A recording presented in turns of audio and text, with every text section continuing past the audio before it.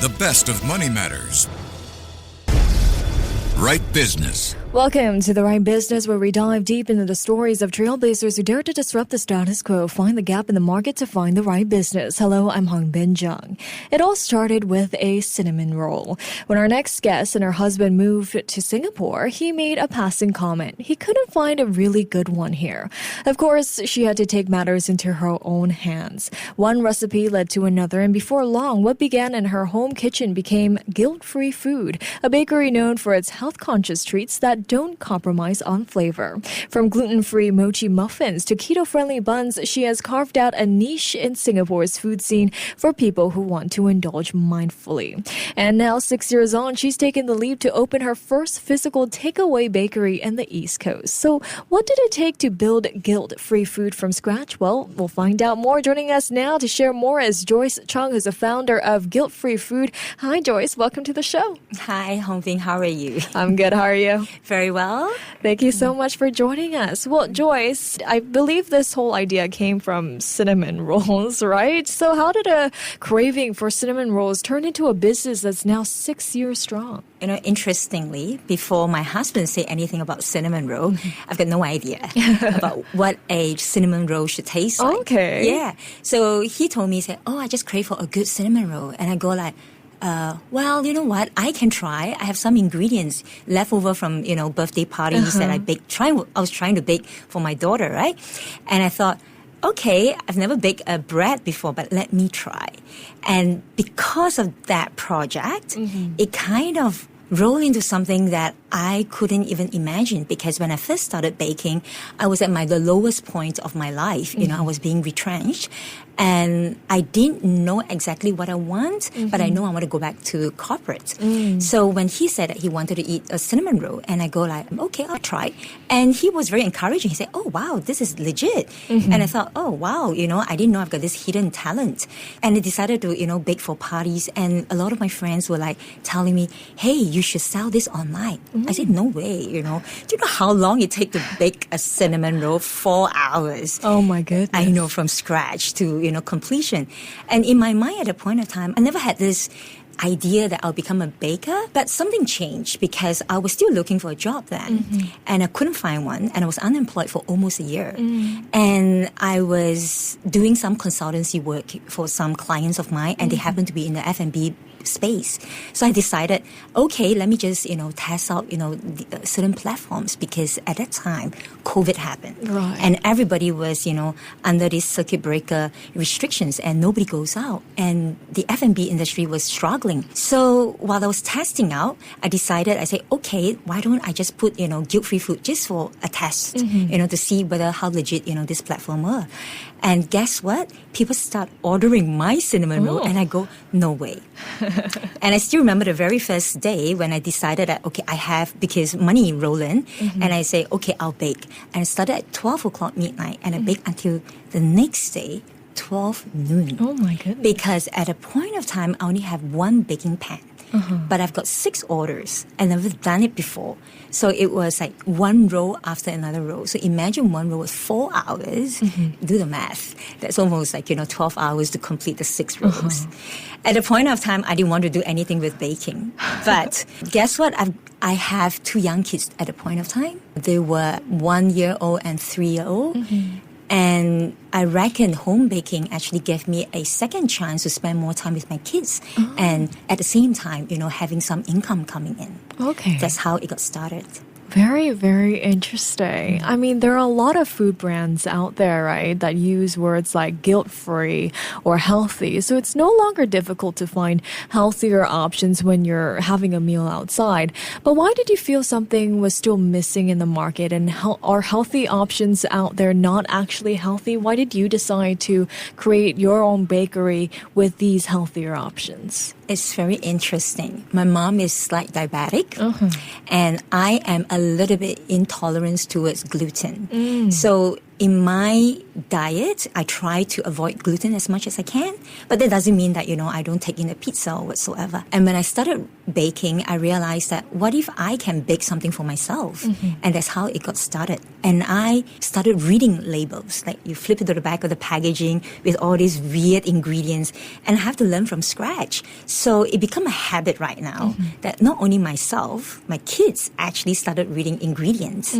And you will realize that a lot of the healthy labeled food is not that healthy, because you've got ingredients that goes like, this is strange, why do they put things like that? And then when my mom, say that, hey, I really love your, bread, but can you make it like, more diabetic friendly? I started reading up, all the various types of sweeteners, and you realize that, hey, not all sweeteners are made equal. I mean, you talk about, okay, I'm going to put honey. Yes, it does have a lot of, nutrients in it, but at the end of the day, it still spikes your insulin level. So how can I actually make something that is truly zero sugar free so that it will not spike the insulin level, right? So it went into this deep research, trying to find out more, and that hooked me. And it was very interesting because when I first started baking, I just bake for the flavor. Yes, I mean, at the back of my mind, I just want to reduce the sugar. Then the flavor came in, but it wasn't intentional that I wanted to bake for somebody with some pain points in terms of their health. And when I actually solved my own problem, and my mom, was delighted to eat my bakes, I realized that I could actually use my bakes to do something bigger than what I thought I could do.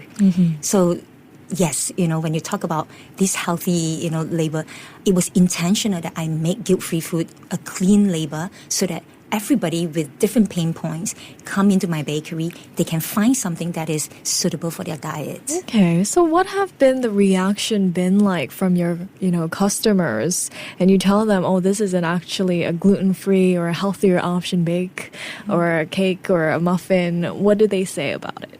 It's very interesting. They will be like, oh, so it's healthy. And I would nudge them. I'll say, why don't I cut you some samples and try?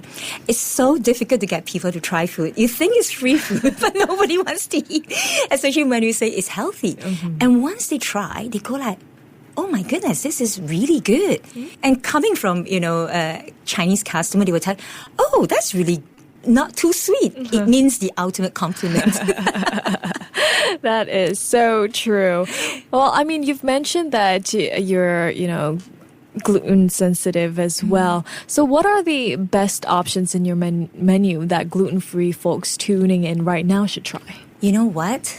I think people who are gluten-free, or in general, not just a gluten-free person, a good bread is actually something that they miss in their diet. But are they like on a zero sugar or high protein or gluten-free? The staple is bread, but the bread outside has so much additives, so much preservations, high carbs, sugar, so that it keep it moist. And if it's anything that is from my, menu, particularly for any gluten-free, customers, I would say go for the cinnamon rolls. And I have actually, tweak it in such a way that it comes in different flavor, like the matcha, the sesame. And I even have the plain dinner roll that they can play with it. They can make it a sandwich for themselves. So for a gluten-free customer, I'll definitely, get them to try the bread, and they will have, I bet, my bread actually blown their world away, their mind away. I'm super excited to try. You've brought us some as well. Can you help us describe what some of those bakeries that you've brought into the studio here today? Okay, I didn't do my research. I assume that everybody don't have any requirements, and I brought my bestsellers. Okay, so what are your bestsellers? So my bestseller is reduced sugar cinnamon rolls. Ooh, yes, and a lot of people there's this impression about cinnamon roll. It has to be sweet and sticky and to a certain extent a bit of cloy. Yeah. But when I tell them it's reduced sugar, they say no way. And when they try it, they go like, wow, it's really not too sweet. And that's a stamp of approval. So you have to try it in order to find out, yourself. And I've even brought you guys, a box of mochi muffins. Ooh. And that came much later when everybody was saying that, what else is in your menu? When I actually went viral. And I say, I don't know, but let me, try out other things. And at the point of time, I was all about gluten-free because I was trying to create a gluten-free menu. But I know that, just pushing out a gluten-free cinnamon roll is not enough. And I say I need things to complement it. So I've got like the bread. And what else? I've got a cake, which is a brownie. Okay, that's good. But what else, that is indulgent? And I came up with the mochi muffin. Ooh. So it's like a crossbreed of a mochi, with a muffin. So it's not too mochi that you can't chew it off, but you still have, that bite of a muffin. So it's a mochi muffin. My mouth is watering as we speak. Well, Joyce, fast forward a few years, you've now opened your first physical space in East Coast. Congratulations. Thank you. I mean, from baking at home to opening your first takeaway shop, that's a very big leap. So what was that specific moment that made you think, this is more than just a home business and it's time to go bigger? It's very interesting. So when I first started home baking, I never thought that I would go commercial. It was with this idea, okay, my kids are very young, I needed more time to be at home. I'll just do home baking. That gives me a lot of flexibility, so I can arrange my time. Then what happened was when circuit breaker actually stopped, I started popping out at public places. And that's when I really meet people, face to face. And it gave me real feedback. And even if they don't say anything, I could read from their body language. And there was so many good feedback that suddenly I just felt that I need to do better than this. And I changed my entire menu. I make my original cinnamon roll that comes with the eggs to egg-free so that it caters to many people out there with egg allergy or, their dietary requirements. And then I realized that people come back to me and say that this is so good, I wish you are, located in the West or you're located somewhere. And I told myself, I say, well, I am online. But somehow in these customers' mindset is that just an online thing, Until you got a shop, I want to see something more from you. And the next thing that actually happened was companies, they came to me and started ordering for their meetings, their seminars. And I thought, oh my goodness, I'm onto something. And at a point of time, it was just around the same time I came up with the sugar-free items. And to me, I realized that a lot of people come up to me and say that, do you know that, you have kind of put so much happiness into my life? And I go like, what do you mean? He said that, I've stopped eating bread for a long time, but with your stuff, I start to enjoy my food. And to me, it was like, I need to do better than what I'm doing right now, right? So last year, my husband decided to quit his job. Oh. So he went into his hustle to turn that into a full-time business. So he does men's underwear. Oh. And it was very interesting because he was telling me that, okay, I'm going to, devote my time into my business. And I go like, hey, wait, dude, I want to have a fair play in this household as well. If you're going full-time with your cake, I want to go full-time with my home baking business. And that was, interestingly, both of us are so naive. We never thought about the consequences. So both of us jumped into, a commercial business from a side gig to to a full business. So it wasn't really intentional. There was no perfect business plan. It was really at the spur of the moment that let's do it because, the customers have trust in us and we believe in our product and we want to, give it back to these people. Well, you took that risk and we're all very happy. And I believe you've managed to keep prices stable even after opening shop. How do you balance that affordability in a time where many FMBs are struggling with high costs? Yes. It was very intentional because I didn't want to be another case study whereby one of the home baking brands, jumped into the commercial side of the business and decided to raise the price. I want to keep it, status quo. So I bootstrap everything, recycle a lot of the existing, decoration, and I didn't have any custom-made furniture. So everything was, from IKEA, for example, or, 42.com furniture. And I got all these fixtures into the store. It wasn't elaborative with a lot of spending. But if it's anything that I spend on, the key thing is actually the equipments, because I believe, with the proper equipments, it can actually help me to scale up to the next level. So that was the only main bulk of the money that I spent on, is to really invest on good equipment so that it maintained the quality. If it's anything, quality speaks louder than any other thing, louder than the decorations or the stores or whatsoever. And I also didn't want to choose, a fancy mall. I could, but what was the point? Because to me, if I choose a fancy mall, means it comes with a price tag, which is the rental. And that's going to eat into my margin. And I have to, put it back to somewhere. And that's the price tag of the bakes. And it's not fair to the customers. I want it to be accessible. I want it to be inclusive.